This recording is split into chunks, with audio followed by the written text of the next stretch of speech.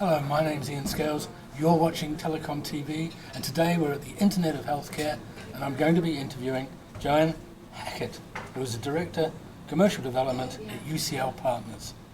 Joanne, welcome, and thanks for coming and talking to TelecomTV. Thank you for having me.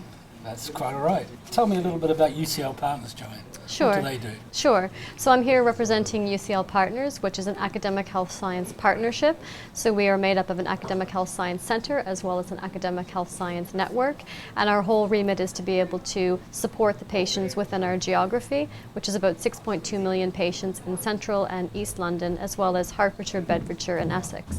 I'm also here with a DigitalHealth.London hat on, and that's because we're one of the founding members of this initiative, along with the other two London academic health science networks, as well as MedCity and NHS England. So what's the status of DigitalHealth.London? Tell me a little bit about that. Sure, so we've been live now for almost a year, and this is an initiative that actually came out of the London Health Commission, trying to say there should be a more joined up approach for digital health in London. So the three London academic health science networks decided to embrace this challenge and try to do something that would connect the environment a lot better.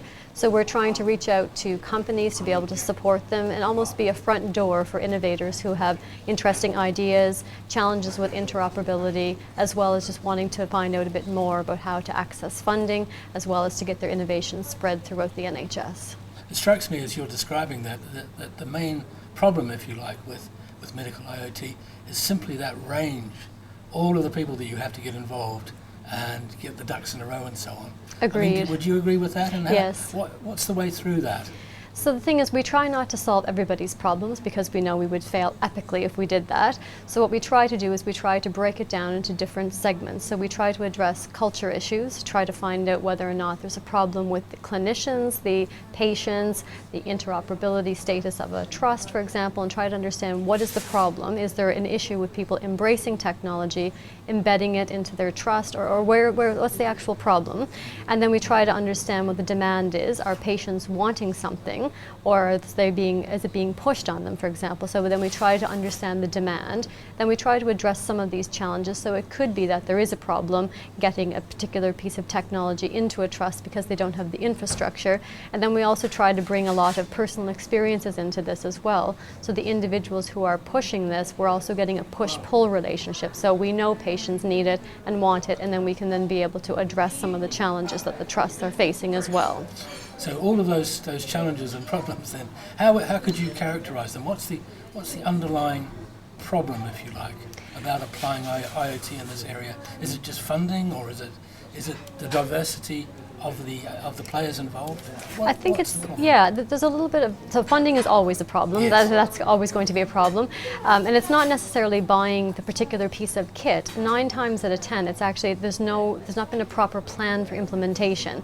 So there's lots of great ideas, and they understand they can get this particular bit of infrastructure in.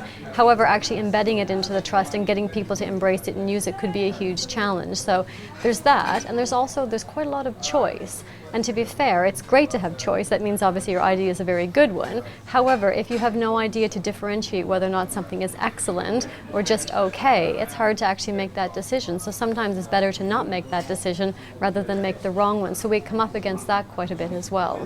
And do you think too there's a problem with well, you've mentioned scale, of course, and I wonder too, in medical areas you usually test out things, don't you, against a control.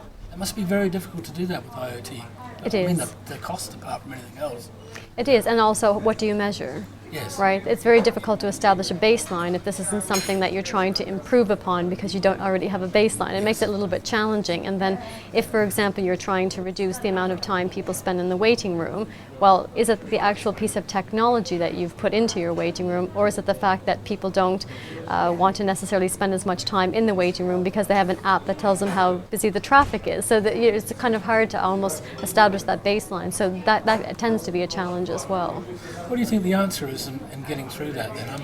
It strikes me that maybe the answer is to take very narrow application areas and use the technology on those, that you might be, rather than these all-encompassing schemes which might involve lots of different players and lots of different technologies. What do you think is the best way through? Yeah, so I think a lot of people try to differentiate down different medical specialties, which is a useful way of doing it. So if there's something that's useful for COPD, for example, you can try that in that one particular disease or disorder and then see whether or not it can be rolled out or applied. That's a useful way of doing it, but it's not necessarily the right way of doing it. So it's trial and error, unfortunately, for some of these. And again, it comes down to if it's a product or service that a clinician will endorse and use, you're much more likely to get some traction. But then again, the patient is going to have to want it as well. So it ends up being a bit of a struggle sometimes to juggle all of the different wants and needs and how to actually stack them up. Yes, I can see that. So from this morass of different technologies and this morass of different actors within that, what's an area that you think is going to be the most fruitful in the medium term, from surveying the whole scene and knowing what you know about people that are coming up with technologies and with services that they're planning?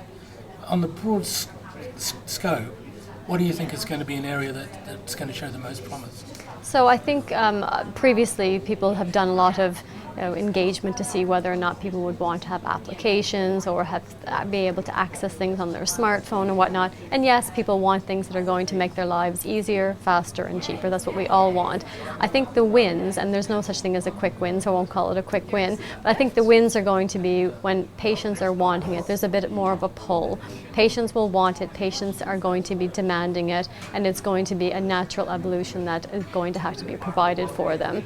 We will see a market evolving more that people will actually pay for certain things on their own or pay a certain amount for it. I think that's also because they know that they will be empowered and to be able to take ownership. But the biggest thing is going to be understanding when they do take ownership that their data means something and that the practitioner in front of them actually understands it. So I think the wins are going to be small things that are connected through the whole ecosystem, which is going to be challenging. Which is kind of a problem really, because most of the medical need is obviously in the older age groups who are less technology aware and technology savvy. Indeed. Are we going to have to wait until you and I grow old and infirm before any of this stuff is going to work? No, I don't think so. And I think it's also that, so the individuals who are elderly, for example, so if they have children or if they have people in the community who can help them, there's a bit more, I think, support that wasn't there previously. There's a lot more work now being done in pharmacies, for example, to try to help individuals access some internet opportunities and various different dashboards and things like that. So even if they don't have the smartphone or can't use a smartphone, if they can get out to get a prescription filled, they might be able to sign up for something or a GP appointment or something like that. So there are ways that we can support the community who either don't have smartphones, don't use smartphones, don't know what a smartphone is, and just use, I think that's where the community support is going to be more valuable than it has been in the past. Great. Well, it's a huge subject, Joanne, and I really wish you well with it. Yes, because it just seems to be like a gigantic landscape of moving parts. Indeed. But absolutely fascinating. Thank you very much for that. Great, thank you. Yep.